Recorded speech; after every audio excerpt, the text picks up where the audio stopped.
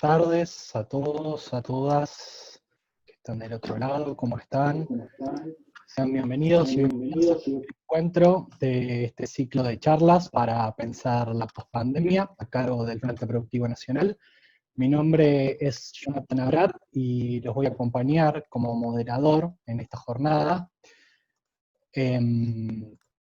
En esta oportunidad en particular vamos a aprovechar esta charla abierta para reflexionar entre todos y todas sobre el rol del Estado en la producción.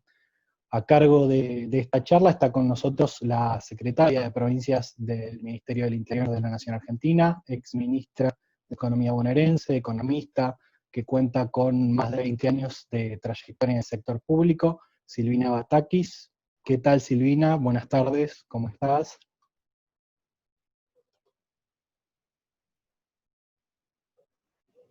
Bueno, está Ahí me Silvina. desmuteé. ¿Cómo están ustedes? Buenas tardes. ¿Qué tal? ¿Todo bien? ¿Todo bien? Hola Silvina, ¿cómo andás? Está también para acompañar a Silvina en su exposición y portar la voz del sector productivo en este debate. Está también junto a nosotros el presidente de la Asociación PYME y referente del Frente Productivo Nacional, Daniel Moreira. Hola Daniel, ¿cómo estás? ¿Qué tal? Buenas tardes a todos. ¿Cómo andan? Muy bien, muy bien. Bueno, hecha entonces estas presentaciones, le solicitamos a los presentes, por favor, si pueden mantener sus micrófonos silenciados durante la charla para llevar adelante un debate lo más ordenado posible. Les notificamos también que esta conversación está siendo grabada a los fines de poder compartir luego algunas repercusiones en nuestras redes sociales, así que si quieren volver a ver este contenido, así como las diferentes propuestas también de nuestro espacio, nos encuentran en Twitter y en Instagram como @FrenteProd y en Facebook, facebook.com/Frente Productivo. Les comentamos además que si quieren hacer alguna pregunta, está habilitado el chat. Seguramente si están en la computadora, a su derecha lo van a encontrar. Si están desde el celular, van a encontrar alguna pestaña que dice chat, ahí mismo pueden ir volcando todos los interrogantes que vayan surgiendo, y bueno, durante los últimos 15 minutos de la charla, tanto Silvina como Daniel van a dar un espacio a las respuestas. Agradecemos también a compañeros y compañeras del Frente Productivo Lanús, Avellaneda, San Luis, Moreno, La Rioja, Córdoba, Mendoza, Santa Fe, que están presentes, gente de todo el país, expectante del otro lado de la pantalla. Agradecemos también a la gente de la Asociación PYME, de la Corriente Agraria Nacional y Popular, a la Confederación Nacional de Cooperativas de Trabajo.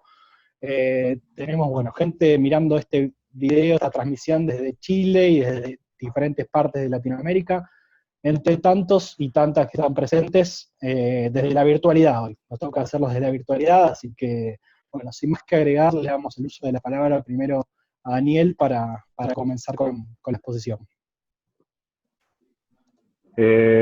Bueno, en realidad quiero darle más o menos un contexto a este ciclo de charlas que arrancamos hoy con Silvina, que lo arrancamos con ella básicamente porque es una amiga y una compañera y que nos viene acompañando en muchas de las presentaciones que hemos hecho en Lanús, sobre todo con distintas problemáticas y distintas acciones que hicimos de verificar el estado de las pymes y de los comercios y demás.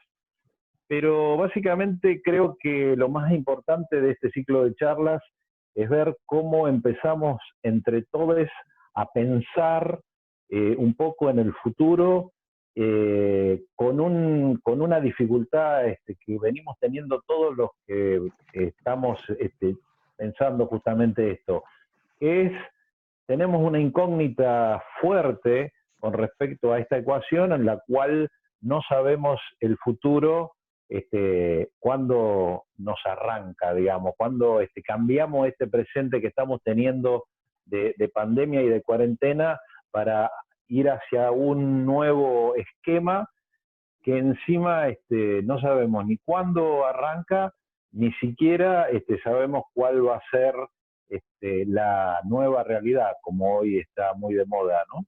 Entonces, para el tema de la producción, lo que nos pareció más importante es que tengamos estos compañeros que tienen funciones públicas y que han tenido otras funciones públicas en otro gobierno, otro estrato de gobierno, y que nos acompañen a reflexionar entre todos, ¿no? Como para ver de qué manera nosotros nos vamos a ir posicionando. Cuando nosotros empezamos esta cuarentena desde el Frente Productivo, el primer impacto que creo como nos pasó a todos fue un poco estar desorientado, ¿no? Porque esta cuestión de juntarnos y de tener las charlas y de tomar un mate y hablar entre los compañeros, de hoy para mañana fue como que no existió más. Entonces, los primeros tiempos fueron difíciles hasta que nos acomodamos. Y después decidimos empezar a participar y hacer las charlas que teníamos en nuestros lugares de manera virtual. Nos fue costando un poco, pero bueno, lo fuimos logrando. Y me parece que hoy por hoy lo que tenemos que hacer es que la consigna esta que de alguna manera tenemos en la cabeza, porque hemos leído a Benedetti que decía que para vivir el mañana hay que pelear el ahora, tenemos que empezar en el ahora a ver qué es lo que nos depara el análisis. Y me parece que este análisis sumamente importante que tiene que ver con la producción es lo que nos va a llevar, por lo menos en el camino de que en adelante las pymes que somos protagonistas reales y concretas de la producción y demás, veamos el cómo. Vamos a tener un contexto sumamente difícil, las pymes, las cooperativas, los comercios, porque el mercado interno, que ya estuvo destruido con 4 años del gobierno de Cambiemos, nos agarró en esta pandemia que es mundial, que no tiene una responsabilidad política, pero que sí tiene que tener una conducción política, desde los compañeros que están en la función y también la responsabilidad política de quienes somos actores fundamentales. Entonces, para ver de qué manera la responsabilidad política la podemos llevar adelante, estamos convencidos desde el Frente Productivo que lo que tenemos que hacer es acompañarnos entre todos y llevar las ideas que todos tenemos, las preguntas que todos tenemos, las inquietudes que todos tenemos, para ver si en algún punto podemos ir respondiéndolas. Seguramente no vamos a tener las respuestas ni siquiera entre todos, pero por lo menos empezar a reflexionar que hay algunas cosas que podemos ir charlando, digamos. Para eso la tenemos a Silvina, que realmente para la charla entre compañeros es genial. Así que, bueno, Silvi, todo tuyo, los compañeros pueden ir haciendo las preguntas, lo van poniendo en el chat y va a haber compañeros que lo van a ir tomando y las vamos a ir pasando. Así que la palabra es toda tuya, Silvina. ¿Arrancó? Bueno, Sí. La verdad que un placer, muchas gracias, y felicitarlos por la iniciativa, Daniel. La verdad que me parece que estas cosas hay que hacerlas. Por ahí, al inicio de la pandemia, no las hicimos porque esperábamos que se terminase rápido esto, y la verdad es que parece que esto va a durar un tiempito más. Lamentablemente son muchas las incógnitas que plantea el virus este. Sí sabemos que se esparce muy rápido, que la tasa de contagio es alta, y bueno, nada, no se sabe mucho más que eso, no se sabe cómo se genera inmunidad, si se la genera, cuál va a ser la vacuna, si la va a haber o no, cuál es el remedio. Así que la verdad que creo lamentablemente que como vamos a tener todavía para rato con esta pandemia, estos instrumentos los vamos a tener que usar mucho más de los que lo veníamos usando, si bien ya los venimos usando y ya nos hemos cruzado en alguna otra charla con Daniel y con varios de los compañeras y compañeros que estamos viendo acá. Así que, bueno, nada, celebrar que nos reunamos, y agarro una de las palabras que decía Daniel hace un rato. La verdad que la reflexión es algo que tenemos que hacer entre todos. Como todos sabemos, esta situación es inédita en la historia de la humanidad. Por primera vez sucedió que el 60% de la población a nivel mundial, o por forma voluntaria o por forma obligada, en forma simultánea, estuvo haciendo una cuarentena, un aislamiento social, ¿no? Es la primera vez que pasa en la historia de la humanidad.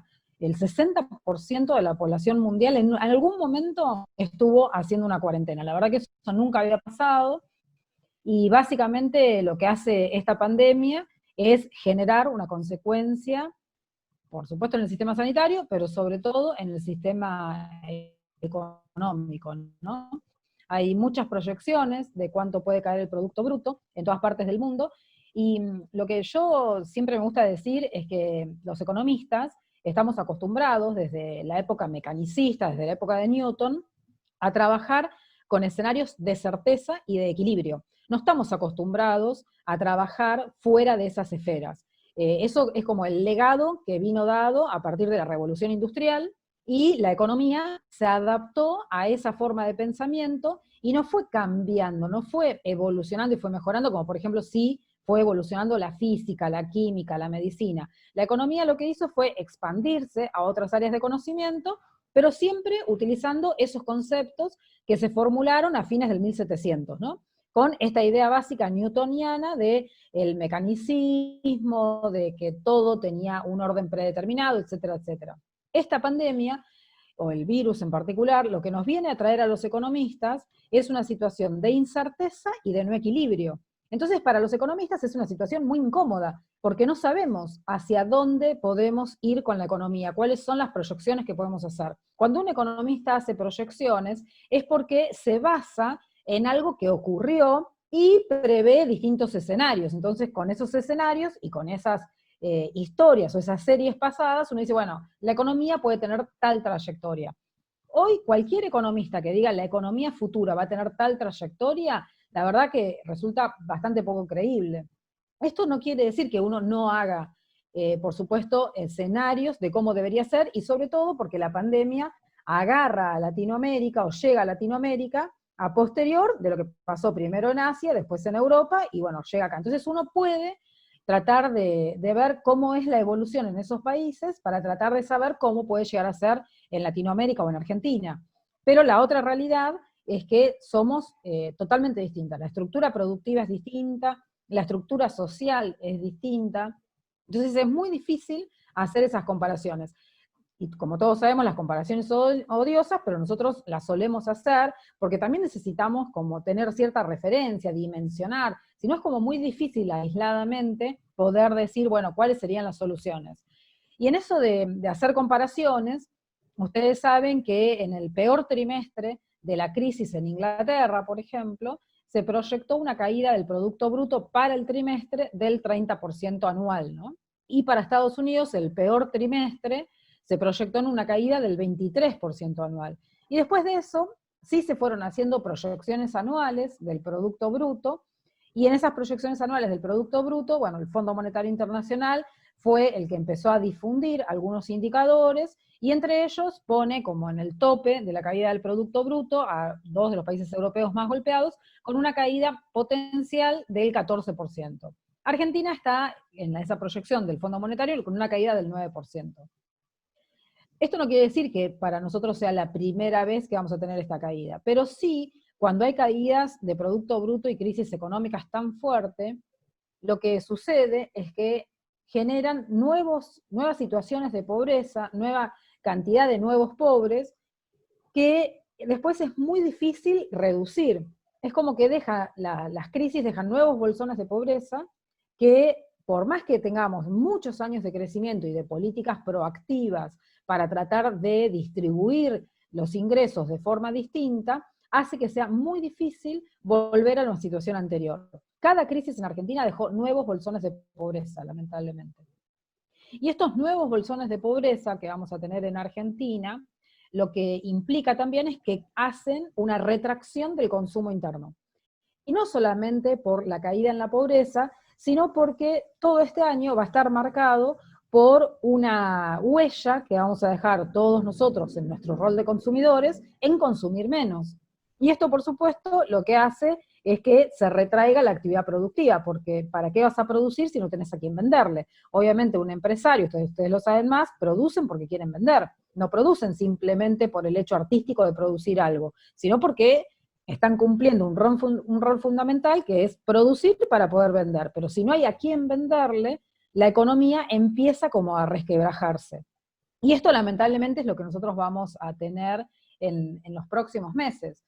Y en ese sentido, el Estado no solamente tiene un rol fundamental en el manejo de la crisis que estamos viviendo, crisis sanitaria y crisis económica, sino que también va a tener un rol fundamental en la pospandemia, ¿no? Como se dice en esto que decía Daniel, la nueva normalidad que se va a venir. Y en esto, por supuesto que también hay muchas teorías a nivel internacional, y hay quienes creen que vamos a salir de esto como en un capitalismo más solidario, que hay como una retrospección respecto de qué es lo que estuvimos haciendo todo este tiempo con este capitalismo más dañino, el capitalismo más individualista, más egoísta, y hay otros que creen que esto va a dejar mayor desigualdad y va a potenciar las mayores riquezas, o sea, la mayor concentración de los recursos.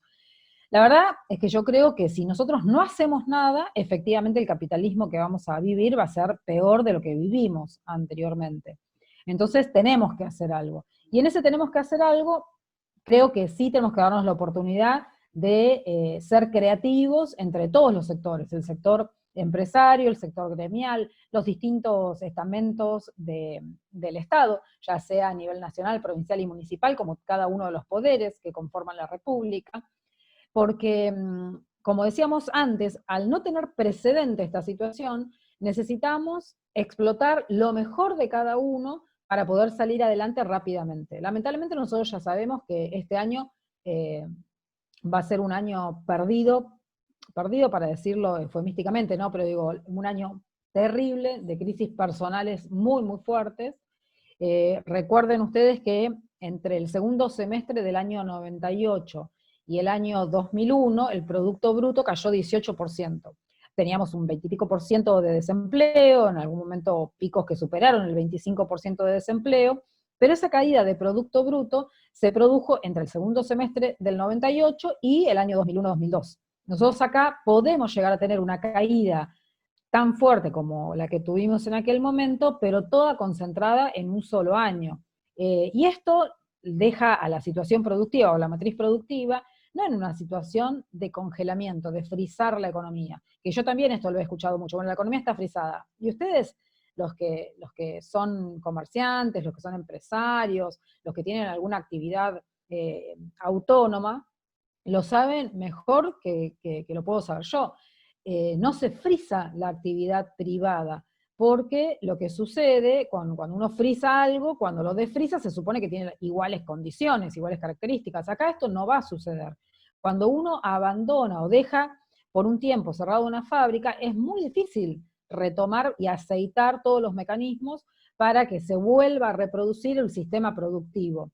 Entonces, va a ser necesario, por supuesto, el rol del Estado.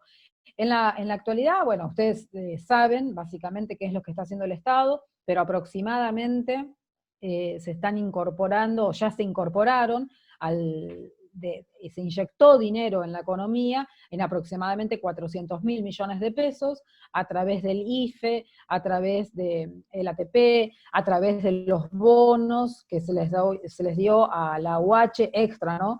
A los bonos extra a la tarjeta alimentaria, los bonos a los jubilados y los pensionados, las transferencias que se hacen desde el gobierno nacional a las provincias, los subsidios que eventualmente también están tratando de incorporar algunas provincias con mayor dificultad, pero digo, hay un grupo de programas que entre todos suman unos 400.000 millones de pesos, y eso está mostrando que el Estado está presente y que estuvo presente desde el inicio. A mí me gusta destacar una entrevista que lo escuché a Matías Culfas ya cuando veíamos que este virus venía para instalarse mucho más que un mes o 2 meses, porque le preguntaron por el sistema de ATP, y él, y los créditos que se estaban dando a tasa de 0%, y él lo que dijo en ese momento es que lo que se diseñó para las primeras 2 semanas de la crisis estaba pensado para un contexto que era lo que se conocía en ese momento de unas características determinadas de virus y de cuarentena, que después, por supuesto,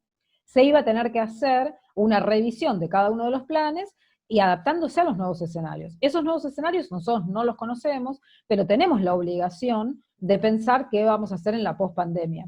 Nosotros, desde el Estado, también estamos trabajando en esto, y de hecho, el miércoles pasado tuvimos una reunión con los gobernadores, obviamente una reunión virtual con los gobernadores desde Olivos, encabezada por supuesto por el presidente, y la verdad que ahí se presentaron varios elementos no vinculados con la pandemia, y uno de los gobernadores, la verdad que no recuerdo cuál, cuando pide la palabra, le dice al presidente que le agradecía que no hablásemos del COVID, porque tuviésemos una reunión para no hablar del COVID, sino para hablar de otras cosas que tienen que ver con esto, ¿no? Con cómo hacemos para salir después de esta crisis económica. La verdad es que, por supuesto, no es fácil, y sobre todo, como decía Daniel hace un ratito, nosotros venimos de una economía que ya venía en retracción, y actualmente vamos a tener un Producto Bruto per cápita muy chico en Argentina comparado con el 2015, por ejemplo, ¿no? Ya el año 2019 teníamos un Producto Bruto per cápita más chico que en el 2015, hoy vamos a tener un Producto Bruto per cápita más chico que el que teníamos en el 2011, que fue el año de mayor crecimiento en los últimos años de la historia de Argentina. Entonces, ya esa situación de caída del Producto Bruto, de caída del consumo, ahora se le suma esto, y además se suma a situaciones estructurales de nuestro país que tienen que ver con la inestabilidad en los precios, con la inflación, y también con el manejo de la deuda, hacen que Argentina tenga una singularidad tan especial que la hace difícil de comparar con otros países. Ahora, en esa singularidad de la inflación, que la verdad que nos es esquivo a este gobierno, al anterior, a los anteriores, de poder resolver, y el manejo de la deuda en particular, tenemos que pensar las soluciones entre todos, teniendo en cuenta esas características de la economía argentina. Y en ese sentido, sí hay como una preocupación en el gobierno a nivel nacional de qué sucede con la emisión monetaria. Si bien la emisión monetaria nosotros sabemos también que en la gestión anterior fue la más baja desde el año 2004 respecto del Producto Bruto, y tuvimos un pico de inflación de los más altos en los 20 años, ¿no? 50% de inflación con la emisión monetaria más baja de la historia reciente de Argentina desde el año 2004, eso lo que viene a corroborar es que efectivamente la teoría que mira solamente una variable para explicar la inflación no es correcta para Argentina, ¿sí? No estoy diciendo que la emisión monetaria no tenga efectos inflacionarios, pero evidentemente no puede ser la teoría monetaria la que explica la inflación en Argentina, sino que tiene una cuestión de multicausalidad. Pero a pesar de que todos nosotros venimos sosteniendo desde hace muchísimos años que tenemos una cuestión multicausal con la inflación, la solución a la estimulación de la actividad productiva o a la asistencia social no puede ser solamente la impresión de billetes, ¿sí? Esto no puede darse, por más que en la gestión anterior se haya roto con esta teoría o se demuestra lo contrario a lo que ellos querían demostrar. Entonces tenemos que ser creativos en entender cómo vamos a hacer para empezar a hacer funcionar la economía.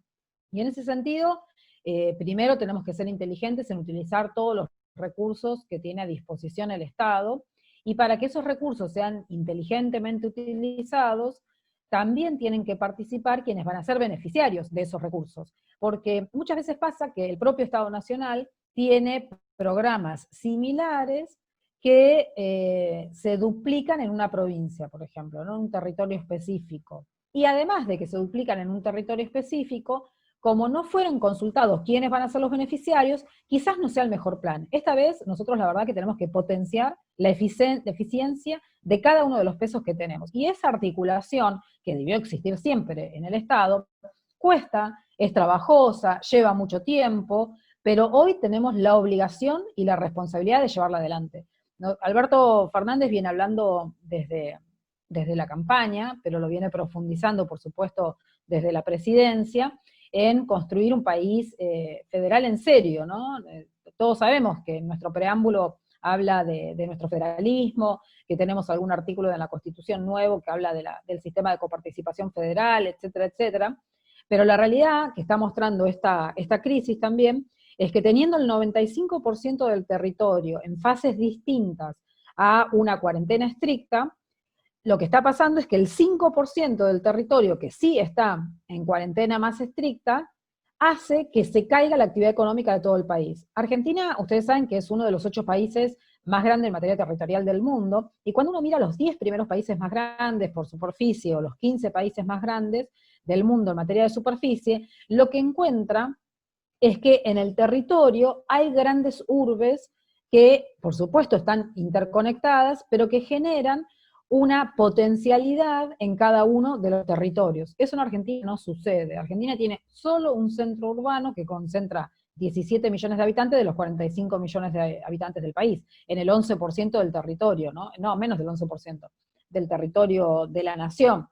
En Estados Unidos, si ustedes lo piensan, tienen obviamente Washington, Nueva York, Los Ángeles, Seattle, tienen como más distribuido la concentración urbana, y esa concentración urbana más distribuida lo que genera son demandas, como nosotros como consumidores, distintas.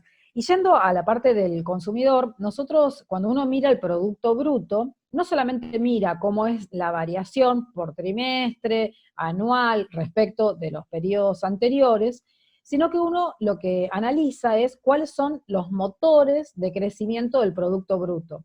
El Producto Bruto tiene básicamente como motor el consumo interno, las erogaciones que hace el sector público y las exportaciones. En general, en ese Producto Bruto tiene un componente que es el más fuerte de todos, que es el consumo interno. En Estados Unidos, por ejemplo, el consumo interno representa el 74% de toda la actividad económica. En Argentina representa el 72%. En Australia es el 50%, porque Australia tiene una capacidad, es un país con una población más chica que la que tenemos nosotros, perdón, y a su vez está enclavado en un lugar geopolítico en donde exporta educación, se han especializado en educación, a todo lo que es el mundo asiático con millones de pobladores. Entonces, tienen naturalmente a la exportación como traccionador fundamental de su economía. En cambio, países como Estados Unidos, como Argentina, como otros de Latinoamérica, el consumo interno es la variable fundamental de motorización de ese Producto Bruto Interno. Entonces, nosotros vamos a tener que potenciar ese consumo interno si queremos potenciar el Producto Bruto. Esto no quiere decir que nosotros querramos una sociedad consumista. El tema es que ahí sí el Estado tiene que tener un rol aceptado por parte de toda la ciudadanía. Y ahí yo la verdad que soy como medio escéptica, en general soy bastante optimista, pero soy bastante escéptica. Y básicamente lo digo porque en Europa, por ejemplo, también va a haber muchos bolsones de pobreza y de desigualdad. Y sin embargo, la población, los ciudadanos de la Unión Europea, no están dispuestos a soportar niveles de desigualdad tan grandes como los que soporta América Latina. Porque ellos ya tienen una historia de un estado presente, un estado de bienestar, que se fue diluyendo con el tiempo, que surge después de la Segunda Guerra Mundial y se fue diluyendo, pero tienen esa historia de haber tenido un estado presente que los llevó a tener una situación de relativa mayor igualdad, aunque sea que la que tenemos nosotros. Hay varios índices por los cuales se mide la igualdad y la desigualdad en los países, y uno encuentra que los países con mayor igualdad social son los países escandinavos, los países como Australia, como Nueva Zelanda, y algunos otros países del centro de Europa. Y los países más desiguales del mundo se encuentran en general en Latinoamérica. Obviamente que uno tendría que mirar cada uno, pero en general se encuentran en Latinoamérica, no en África, por ejemplo, ¿no? Si bien Sudáfrica tiene niveles de desigualdad muy fuertes. Y hay un politólogo, filósofo francés, que se llama François Dubet, que tiene libros súper interesantes, con títulos que son como bastante provocadores, y él en uno de esos libros, que no recuerdo ahora el título exacto, pero tiene la palabra solidaridad en el medio, dice que después de hacer un análisis de las sociedades a nivel mundial en los distintos continentes, encontró que en el único continente donde la desigualdad genera placer es en Latinoamérica. Y la verdad que esto a mí, a lo que me lleva, es a una frase que decía Eva Perón, ¿no? La la limosna es el placer de los ricos. Y básicamente lo que está diciendo François Dubet es que nosotros en nuestros países, en Latinoamérica, tenemos esta dolencia, ¿no? De que en general genera placer tener un escalón de distancia con los que están más abajo de nosotros.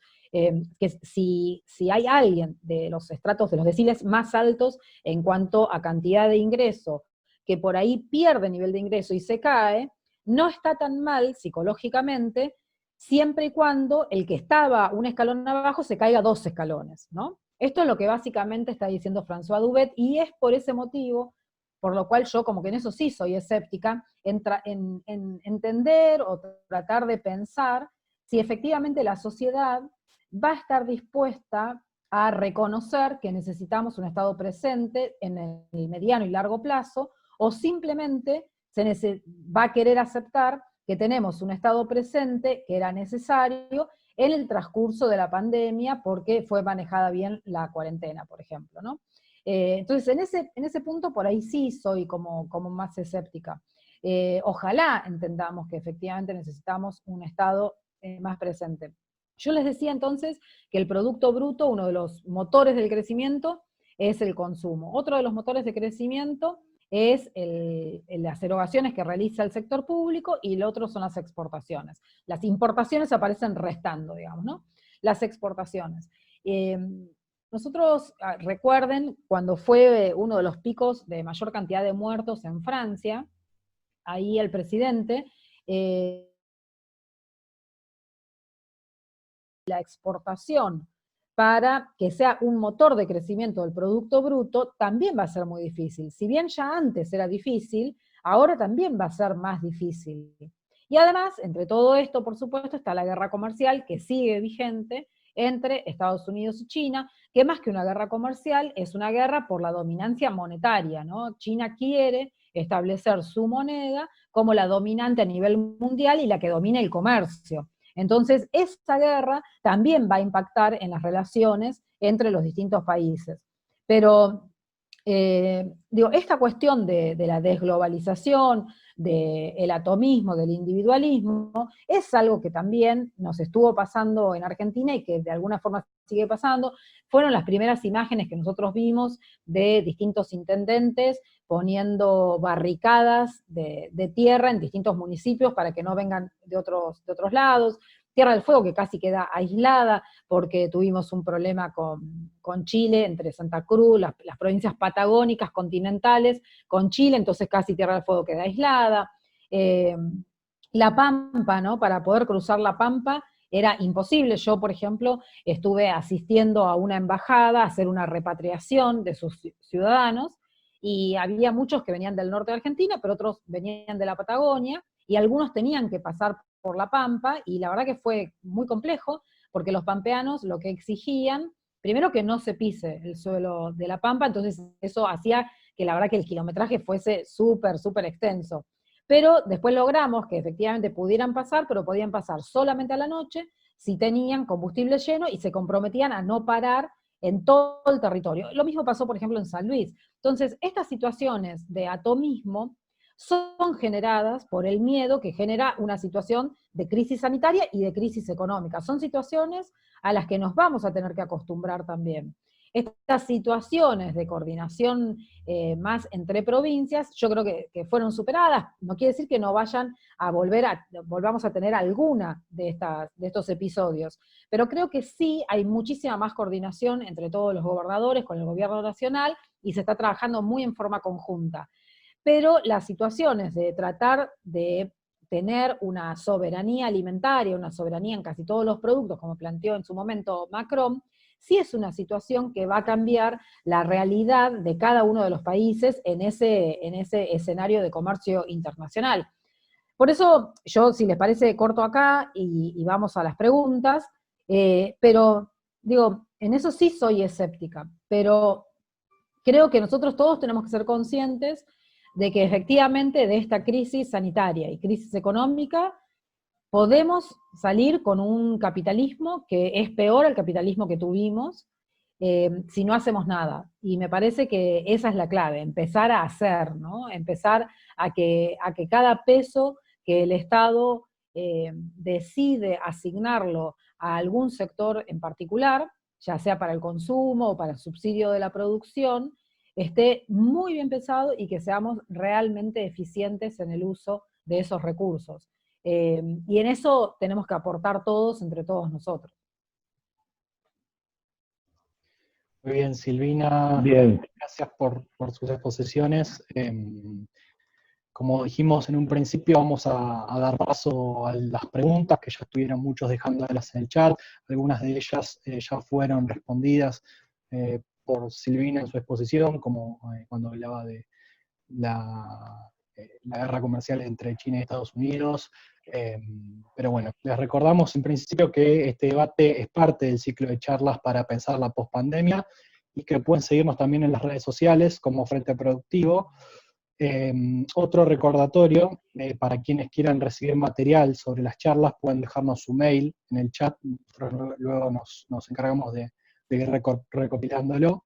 El agradecimiento también para quienes están trabajando activamente, ayudándonos a coordinar la actividad. Hubo muchas manos aportando para esto de acomodarnos al tema de la virtualidad y para que salga de la mejor manera. Y bueno, pasamos directamente ahora al tema de las preguntas, como anunciamos en un principio.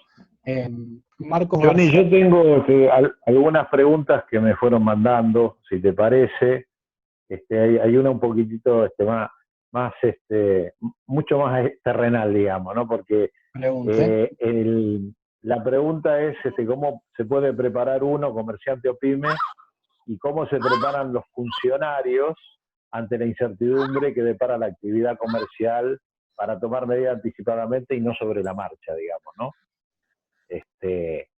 Digamos que si tenés esa respuesta, Silvina, ya está. Con eso estamos. ¿Cómo anticiparnos? Yo la veo difícil, pero bueno. Sí, la verdad que es difícil, además por lo que decíamos hace un ratito, ¿no? Que esto es inédito. No tiene precedente en la historia de la humanidad. Entonces es muy difícil anticiparnos, pero tenemos que hacer un esfuerzo, y ser creativos entre todos. Yo, la verdad es que podré ser creativa en el manejo del presupuesto, hacer un esfuerzo en la articulación de los programas. Yo puedo ser que, decían hace un ratito ustedes, ¿no? Yo trabajo en el sector público desde hace muchos años. Conozco las botoneras del sector público. Ahora, de ahí a que yo pueda ser creativa, ¿a cuál es el instrumento que un empresario necesita? Y la verdad que lo tienen que construir ustedes y lo tienen que proponer ustedes, y este diálogo tiene que estar abierto. Y la verdad que yo creo que la época del macrismo dejó 99% todas cosas malas, honestamente, pero si hay algo que creo que sí aprovechamos bien en los 4 años de macrismo, fue entablar relaciones personales entre muchos de nosotros, ¿sí? Yo, todos los años previos en los que estuve trabajando en el Estado, la verdad que trabajé siempre mucho, muchas horas, por poco creía que me iban a dar el premio al primer trabajador, para ir de las 8 de la mañana e irme a las 11 de la noche, y descuidé esta cosa de la construcción de los lazos entre distintas personas que provienen de distintos sectores que claramente tienen que aportar a ese rol del Estado. Y eso sí creo que lo hicimos en estos 4 años que pasaron, ¿no? Bueno, con Daniel, que como comentaba, fuimos trabajando bastante, nos conocimos en distintas charlas, charlamos, digo, me parece que eso estuvo bueno. Y por eso también celebro que hoy también hagamos esto para no abandonar aquello. Porque a uno le parece que porque está corriendo con mucho trabajo, está haciendo las cosas bien, y espero que sí, que las estemos haciendo bien, pero obviamente también podemos cometer errores, y también puede ser incompleto. Y se completa con alguien que es o sabe, tiene una experiencia distinta a la que tenemos nosotros. Y en ese sentido me parece que nosotros tenemos que no sé si nos vamos a anticipar, pero sí trabajar para que efectivamente podamos construir esas respuestas. Continuamos, como decimos, con el debate productivo. Acá Marcos García nos pregunta si Silvina crees que va a cambiar el peso de los diferentes sectores productivos en la economía. Por ejemplo, si van a quedar sectores sobredimensionados como el turismo, ¿qué hacemos con ellos? Yo creo que efectivamente va a haber un cambio, en la matriz productiva y con los distintos sectores y los distintos eslabonamientos productivos, y creo que ese cambio, para que sea positivo, tenemos de vuelta que programarlo en el territorio. Nosotros, los economistas en general, solemos mirar históricamente datos, pero nos cuesta incluso incorporar la cuestión temporal. Pero lo que definitivamente no hacemos, y es un error enorme, es mirar la economía en el territorio. Nosotros no miramos dónde sucede la economía, ¿no? Y la economía sucede en un lugar, tanto porque el que consume como el que produce. Y yo creo que nosotros tenemos que planificar esa economía en el territorio para que efectivamente este desbalanceo que naturalmente esta crisis tan fuerte va a traer al Producto Bruto, nosotros con la planificación podamos de alguna forma compensarlo. Por ejemplo, ¿no? La otra vez recordaba que en la gestión anterior se decía que uno de los sectores elegidos para exportar desde Argentina era la carne kosher. Y la verdad que no está mal, Argentina tiene una de las comunidades judías más grandes del mundo, junto con la que hay en Nueva York y en Israel, por supuesto, pero la verdad que no es un producto que nos va a generar puestos de trabajo a Argentina. ¿Sí? Puede generar, obviamente, algún puesto de trabajo, pero no focalizar una política en eso. Porque si solamente, como pretendía el gobierno anterior, era producir más de productos que se exportan, entonces para eso produzcamos y exportemos soja, nada más. Nosotros lo que queremos es una matriz productiva que tenga la suficiente intensidad y complejidad para generar puestos de trabajo en Argentina y a la vez que requiera menos utilización de dólares desde el exterior. Y por supuesto que también queremos sectores que generen dólares. Pero lo que decíamos antes, si hoy el mundo va a estar más cerrado, la verdad es que va a ser muy difícil hacer esa inserción a través de las exportaciones. Entonces vamos a tener que planificar la economía con esa complejidad productiva, pero pensado en el territorio, ¿sí? Para mí eso es fundamental. Hacer un plan de desarrollo, que alguna vez lo hemos hablado con Daniel, un plan de desarrollo con equidad federal, con equidad territorial, aprovechando las capacidades y potenciando también esas capacidades, porque hay muchos lugares de Argentina que tienen muchísimas menos capacidades productivas, pero también capacidades laborales, que las que pueden tener otras provincias. Nosotros tenemos que potenciar, y obviamente que esto es a mediano y largo plazo, pero creo que también esta pandemia nos genera esa oportunidad de empezar a trabajar, no empezar a pensar, sino empezar ya a trabajar cuál es esa producción que nosotros queremos. Pero sí, yo creo que puede venir un desbalance fuerte, y obviamente el sector turístico es uno de los sectores más golpeados de esta crisis. Todos los sectores están golpeados, pero va a seguir siendo uno de los golpeados, porque yo ahí también creo que la huella de quedarnos en nuestra casa, de tenerle miedos al contagio, va a hacer que tarde mucho en empezar que todos los argentinos empecemos a pensar en dónde vamos a veranear, y muchas provincias van a empezar con el turismo, como algunas ya empezaron, pero simplemente dentro del territorio de esa provincia. Entonces eso va a ser complejo. El sector turístico la verdad que va a estar muy, muy complicado. Silvi, una pregunta que me surge, que vos dijiste el tema de que, bueno, que todos entendemos el rol del Estado sosteniendo es fundamental. Ahora, ¿en cuánto podemos bancar? ¿Cuánto banca el Estado semejante situación, no? Y esa es la discusión medio como que también se está dando ahora respecto de la emisión monetaria, ¿no? A ver, primero, a ver cómo se diría, sacarle el estigma, más fácil, al tema de la emisión monetaria, ¿no? En finanzas públicas hay muchas teorías de los distintos aspectos de las áreas de las finanzas públicas, y hay también toda una teoría que efectivamente dice que el Estado, como tiene la potestad o el poder de policía de hacer la emisión monetaria, con eso podría financiar los déficits que tiene, etcétera, etcétera. O sea, no es una teoría, por supuesto, que sea la corriente de mayor dominancia a nivel mundial, porque la corriente de mayor dominancia a nivel mundial es la teoría neoclásica, de la cual surge como más duro la teoría monetaria, pero hay toda una corriente de pensamiento, todas distintas teorías, que abonan esta idea de que el Estado tendría alguna autonomía para hacer emisión monetaria. Pero la experiencia que nosotros tenemos es que efectivamente cada vez que hubo emisión monetaria en Argentina, eso termina afectando a la economía en el sector real. Entonces, eso tiene un límite, y creo que eso es lo que se está analizando básicamente también hoy desde el gabinete económico, ¿no? ¿Cuál es el límite? Que es difícil también de establecer. ¿Cuánto es el límite y cuándo va a estar ese límite? La verdad que es difícil. Por eso necesitamos que desde el Estado se empiece a movilizar recursos que tengan que ver básicamente con la infraestructura productiva. Porque nosotros lo que sí estamos convencidos es que para agrandar el espacio fiscal, que es lo que le da autonomía a un estado de bienestar, a un rol del Estado con mucha presencia, para agrandar ese espacio fiscal lo que hay que agrandar es el espacio productivo. Pero para agrandar el espacio productivo se necesitan obras de infraestructura que son estructurales. Por ejemplo, la provincia del Chaco es una provincia que no tiene gas, por supuesto que va a ser imposible que tenga fábricas. Si no hay gas, es imposible que haya fábricas. Hoy, si no hay conectividad, es imposible que, supongamos que al Chaco le llevamos gas y puede empezar a producir, ¿cómo va a ser para comercializar si no tiene internet? Y hay muchos lugares en Argentina que no tienen internet. Entonces, todas esas inversiones que tienen que ver con una infraestructura productiva, ya sea más virtual, como la conectividad por internet, o la que es más física, como pueden ser diques, puentes, gasoductos, lo que fuese, oleoductos, lo que fuese, tiene que ser la primera inversión fuerte que tenga Argentina en los próximos tiempos. En eso estamos trabajando.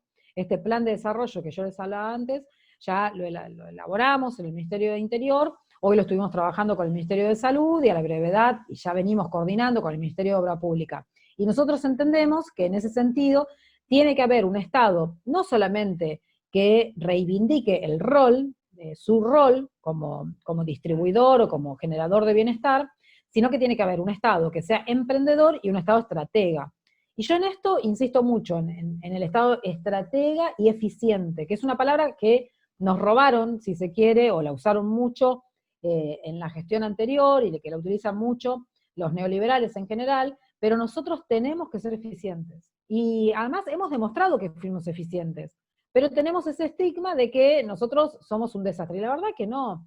El gobierno anterior fue lo más ineficiente. Uno, la verdad que cuando ve en cada una de las áreas lo que recibió y lo que dejó la gestión anterior, ve que efectivamente la gente cree que son eficientes, pero que en realidad nosotros podemos ser más eficientes, de lo que fuimos incluso. Yo en eso sí hago mucho hincapié. Tenemos que ver en cada peso hacia dónde lo asignamos, cómo lo dirigimos y con quién. Bien, bien. Sí, Silvina, son muchas las preguntas que nos están llegando de diferentes compañeros. Estamos intentando sintetizarlas todas en esto de elaborar un debate conjunto, ¿no? De pensar entre todos cómo arrancar a partir de la pospandemia. Y llega una pregunta en particular de Martín Cerda, que la lleva al plano de la integración regional, que pregunta, con Bolsonaro en Brasil, ¿qué papel puede llegar a tener el Mercosur en la pospandemia? A ver, yo creo que lo que está pasando en la región es no comparable en números, ¿no? Porque ahí también vi una pregunta respecto de las comparaciones entre los países. No comparable en números, en indicadores, pero sí en esto de la desglobalización y del atomismo es algo que se va a venir, y también se va a venir a nivel regional, creo yo. Y vamos a tener que hacer un esfuerzo muy grande para volver a pensar en lo que a nosotros nos gusta decir la patria grande, pero básicamente en conformar, una cosa que a mí mucho no me gusta, pero que es lo que se usa, el mercado de personas que consumen, ¿sí? O sea, mirarnos solamente como consumidores. La verdad que a mí no me gusta mucho hablar en ese sentido, pero la realidad es que Latinoamérica tiene una cantidad de población que podría potenciar la actividad económica de cada uno de nuestros países. Ponernos de acuerdo, la verdad que va a ser muy, muy complejo. Y la verdad que no creo que vayamos a revivir lo que en algún momento tuvimos, que fue esta coordinación entre muchos de los países de Latinoamérica. Porque también creo que a nivel de políticas y de geopolítica, se viene algo distinto, que ojalá sea mejor y que tratemos de que sea mejor, pero creo que también va a ser distinto. van llegando muchas las preguntas. Yo les pido disculpas a todas las preguntas que no pudimos leer, son muchas. Si les parece, vamos con 2 preguntas más para ir cerrando. Nos llega una pregunta de Abel Pórpora, que dice: ante la destrucción de la industria nacional, más en los últimos años, y por ende la baja productividad, ¿cómo pensás que esto podría repercutir en la inflación ante la posibilidad también de posible traba a la importación o limitación de giro a pagos al exterior ante la posibilidad de un crecimiento en el consumo? Bueno, complejo porque son muchos temas mezclados. Eh, a ver, yo leía la nota esta de página 12 de ayer de Zayat, y la verdad que coincido en muchas cosas, ¿no? La fuga de capitales que se produce en Argentina es una también de las más grandes del mundo respecto de su Producto Bruto.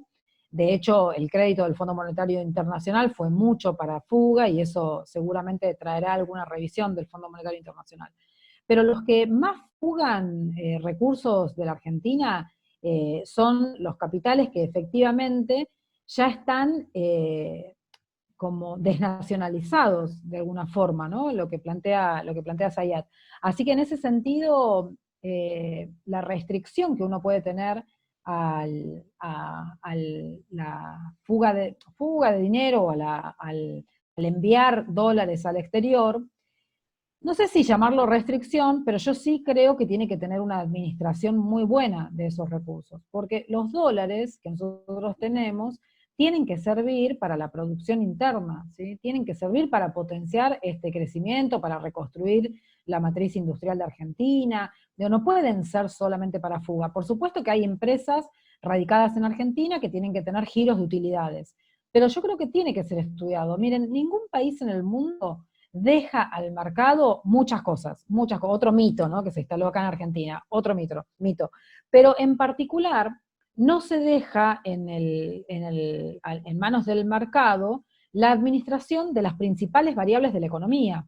Y por supuesto, para Estados Unidos, la administración del dólar no es la variable principal, eso está clarísimo, porque ellos son los grandes emisores de dólares, grandes emisores de deuda aceptada por buena parte del mundo. O sea, tienen un déficit comercial enorme que lo terminan cubriendo ese déficit comercial o ese déficit fiscal con emisión monetaria. Y no pasa nada. Entonces, ellos no necesitan hacer una administración de la moneda como necesitamos hacer nosotros la administración de la moneda. Ellos lo que necesitan hacer es tener barreras arancelarias para todo, para producir trabajos hacia el interior del país, y lo hacen, porque la variable fundamental para ellos es generar puestos de trabajo en el territorio de Estados Unidos y no afuera. Por eso las grandes peleas de que muchas de las empresas que se desterritorializaron vuelvan a Estados Unidos para generar puestos de trabajo en Estados Unidos, porque esa fue básicamente la campaña que hizo Trump, pero ha sido una política bastante fuerte en Estados Unidos, ¿sí? Entonces, lo que hacen es ponerle barreras arancelarias a todos los productos, ¿sí? Muchos de ustedes lo deben saber, si hay algún textilero también, pero en Estados Unidos, por ejemplo, la importación de textiles es abierta, pero, por ejemplo, de los talles 48 para arriba, se pueden importar solamente en turquesa, en fucsia, en rojo, en naranja. Y los que tenemos un poquitito de problema de sobrepeso sabemos, bueno, yo ahora estoy toda vestida de negro, que en general no compramos tanto rojo, fucsia, naranja. Entonces esa es una forma de limitar las importaciones, poner medidas arancelarias. Entonces Estados Unidos tiene que administrar ese problema de producción interna, y ¿cómo hace? Pone barreras arancelarias. Inglaterra tiene que administrar la creación de trabajo en distintos segmentos productivos de su economía. ¿Qué es lo que hace? Pone horarios, ¿sí? Por ejemplo, ustedes deben recordar, acá hubo una propaganda en Argentina hace muchos años, y además es una tradición de Inglaterra, en donde a las 11 de la noche, en los pubs, se toca una campana y sale todo el mundo corriendo a la barra para comprar la última cerveza, porque a las 12 de la noche se termina el expendio de cervezas, o de bebida alcohólica más que de cervezas, ¿no? Bueno, eso es una de las últimas, o de los últimos instrumentos regulatorios en el día, de muchos instrumentos regulatorios que hay desde la mañana, ¿sí? En Inglaterra, yo recuerdo cuando estudiaba allá, que una vez fuimos a desayunar, y habremos llegado, no sé, 9:30, 10 menos cuarto, con unos compañeros todos argentinos, que no nos veíamos hace mucho, nos pusimos a charlar con estos compañeros. Nos traen la carta, nada, seguíamos charlando, cuando más o menos decidimos qué queríamos, ya eran las 10:05 de la mañana. Entonces le pedimos a la moza que nos traiga, no sé, como si fuera acá medialunas. Entonces, y había, como también pasa acá en los bares, una barra en donde había medialunas, por decirlo algo más a nivel criollo. Entonces la moza nos dice, no les puedo vender medialunas. Y nosotros decimos, pero ¿por qué? Si están ahí, se las ve que están buenas, ¿por qué no? Y no, porque de 6 de la mañana a 10 de la mañana se venden todo lo vinculado al desayuno y se le da trabajo a la gente que hace panificados, a la que vende café, etcétera, etcétera. Desde las 10 hasta las 12 se venden todos los productos de brunch. Desde las 12 hasta las 3 de la tarde se venden, bueno, y así llegan hasta ese toque de campana, que es la última venta de alcohol. ¿Por qué? Porque ellos tienen que generar puestos de trabajo en todos los eslabones productivos de Inglaterra, que naturalmente por ahí, si hubiesen seguido la propia teoría que un economista británico diseñó, que es la teoría de las ventajas competitivas, no hubieran producido determinados productos, no hubieran producido alimentos en Inglaterra. Entonces, para poder generar que haya cadenas productivas, lo que hacen es regular el consumo diario. Bueno, estoy dando como mucha vuelta, pero lo que digo es que para Argentina, el mercado de tipo de cambio, el mercado del dólar, es una variable imprescindible. Entonces, ¿por qué deberíamos dejársela abierta al mercado, esa variable que es imprescindible para Argentina? Entonces nosotros tenemos que administrar inteligentemente las reservas de nuestras divisas. Y en ese manejar inteligentemente las reservas de nuestras divisas entran muchos factores. Uno puede ser la remisión de utilidades al exterior. El otro, limitar el ingreso de capitales financieros de corto plazo, que es la forma de que después se limiten los egresos. Es mucho más fácil limitar los ingresos de capital financiero que liberar el ingreso de capital financiero y después tratar de limitar el egreso. Eso es muy difícil de hacer y hay mucha experiencia en ese sentido. Y la otra tiene que ver por ahí con algo que también venía dentro de la pregunta, que es la emisión monetaria. Cuando buena parte de la emisión monetaria se va a reconstruir el consumo básico de los sectores más vulnerables, eso sí genera un eslabonamiento positivo hacia a los deciles más altos de ingresos. Ahora, si esa emisión monetaria termina en los deciles medios y altos, lo que sucede es que se va a demanda de tipo de cambio, que es natural también, porque Argentina, como es un país inflacionario, la gente lo que hace para protegerse de la pérdida del valor de la moneda es irse al dólar, y se viene haciendo hace muchos años, y es natural, y es una forma de autodefensa, digo, no es que yo lo esté criticando, pero lo que digo es que no sería una política inteligente hacer emisión monetaria para que vaya a los sectores de clase media alta para arriba, ¿sí? Uno debería hacer emisión monetaria para que vaya a los sectores más vulnerables y que de ahí vayan subiendo los impactos positivos. Bien. Una última pregunta, Silvina, que creo que ya está respondida de alguna manera con todo lo que estuviste exponiendo en el día de hoy, pero me parece que nos puede servir de alguna manera a modo de síntesis. Acá José Luis Merlos decía recién que solicitaba concretamente 3 medidas para la pospandemia para fomentar la producción sin caer en un capitalismo salvaje. Pensé que él las iba a proponer, las medidas. Yo estaba esperando eso, esa parte de, bueno, díganme ustedes cuáles les parece que tienen que ser las medidas. A ver, yo creo que, algo dije, ¿no? Pero sí creo que la obra pública va a ser un motor importante. Tenemos capitales para poder hacerlo desde organismos multilaterales, o sea, esto no va a generar emisión monetaria, sino que es ingresos de dólares al país a través de deudas que son con plazos de gracia muy buenos, con tasas de interés muy bajas, y que necesariamente van a ir a obra pública. Y me parece que nosotros ahí tenemos que vencer el tiempo en el sentido de que en general, cuando el Estado Nacional toma un crédito, en promedio tarda 18 meses para poder implementarlo. Yo ahí sí creo que nosotros tenemos que tener una autoexigencia muy, muy fuerte para poder reducir esos tiempos. No podemos hoy permitirnos demorar 18 meses en la implementación de uno de estos créditos multilaterales. también creo que además de esta política de obra pública, las provincias tienen que establecer cuáles son esos lugares en donde se puede hacer, como nosotros hicimos un proyecto de capitales alternas para todo el país. En esas capitales alternas, o en otros que por ahí no las denominemos capitales alternas o alternativas, pero sí en municipios que puedan ser receptores de población o imanes de población por generación de puestos de trabajo, tenemos que establecer un circuito inteligente, que es lo que estamos trabajando, entre la infraestructura, los servicios de salud, la provisión de servicios de salud, por supuesto la provisión de servicios educativos, pero eso es más fácil porque en general no hay algún pueblo en el país que no tenga servicios educativos, pero servicios de salud no, a veces pasa que no son tan buenos o que no hay. Y por otra parte también servicios de provisión de alimentos. Si nosotros hoy tenemos que el corredor La Plata-Florencio Varela es uno de los corredores frutihortícolas más grandes de Latinoamérica. Y desde ahí no solamente se alimentan todos los porteños, sino que se alimenta buena parte de la población de Argentina. Y eso es algo que en el mundo ya se está cambiando también. Como que se habla de una desurbanización con integración social. En nuestro país sería deshacinamiento, básicamente, con una nueva urbanización. Pero digo, esa nueva urbanización o la desurbanización con integración social tiene que tener ese esquema estratégico de plantear todos los eslabones que tiene que tener como oferta una ciudad que se la plantee como de bienestar social, que provea bienestar social.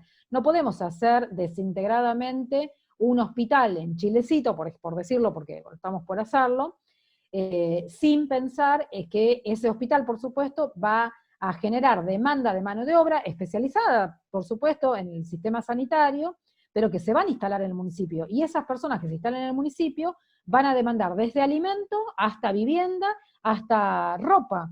Entonces tenemos que pensar en cómo proveer todos los servicios, y en eso estamos trabajando. Bueno, Silvina, muchísimas gracias por estar junto a nosotros, por participar de este ciclo de charlas, de este debate conjunto, de este debate colectivo. Agradecemos también a todos y todas los que han estado del otro lado haciendo preguntas. Hemos estado, bueno, actualmente tenemos 80 participantes, pero hemos estado 90 y pico, ha estado acompañándonos a lo largo de esta hora. A aquellos que quieran seguir en contacto, que quieran recibir información, ya les pedimos que dejen su mail a un costado, y no sé si Daniel quiere decir algo más sobre la charla. No, básicamente agradecerle a Silvina, que siempre realmente es un placer escucharla, como dije y lo reitero, es una amiga y una compañera, con lo cual es mucho más grato siempre, y por supuesto el conocimiento que tiene nos supera siempre, y nos invita siempre a reflexionar. Así que, Silvi, muchísimas gracias, un beso grande a la distancia. No te voy a reiterar lo que siempre te reitero, porque me debes el libro, pero bueno, no te lo voy a decir.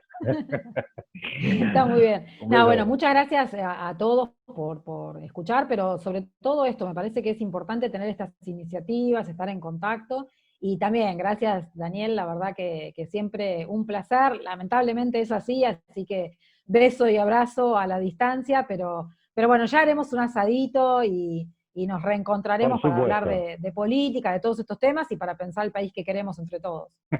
Por lo pronto podemos seguir en contacto a través de la virtualidad, vamos a seguir con las charlas, vamos a seguir compartiendo el conocimiento que se construye colectivamente, así que te agradecemos, Silvina, por estar desde el otro lado atenta y respondiendo nuestras inquietudes. Gracias a todos. Chao, chao. Igualmente, gracias, chao.